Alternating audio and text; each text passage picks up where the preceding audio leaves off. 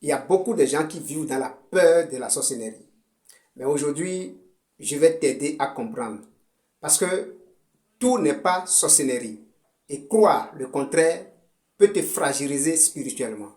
La sorcellerie, c'est d'avoir une mauvaise intention, de façon consciente ou inconsciente, des paroles négatives, la jalousie ou certaines pratiques pour nuire autrui.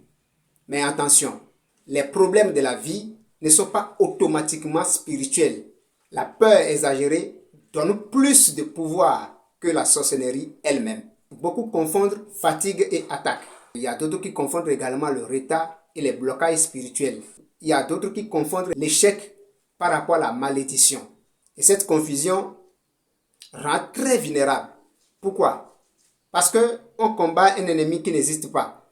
Et ce qui rend réellement vulnérable, premièrement, nous avons la peur constante, les paroles négatives répétées, les rancunes prolongées, des alignements entre foi et comportement.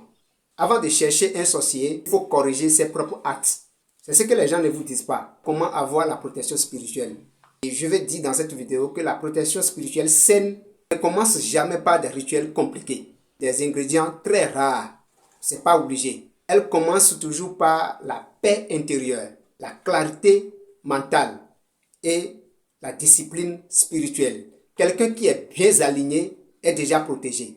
Lorsque vous avez la connaissance, vous ne pouvez pas avoir peur. Et quand vous n'avez pas peur, alors vous avez déjà une protection. Maintenant, dis-moi en commentaire, as-tu déjà confondu une épreuve de la vie avec les attaques spirituelles? C'est ce partage que je voudrais faire avec vous. N'oublie pas de liker et partager la vidéo. Et si vous êtes nouveau, abonnez sur la chaîne et activez la cloche de notification pour ne rien manquer. Si vous avez besoin de scanner spirituel, n'hésitez pas à nous contacter, on peut vous aider. Sur ce, je vous dis au TEP pour les prochaines vidéos.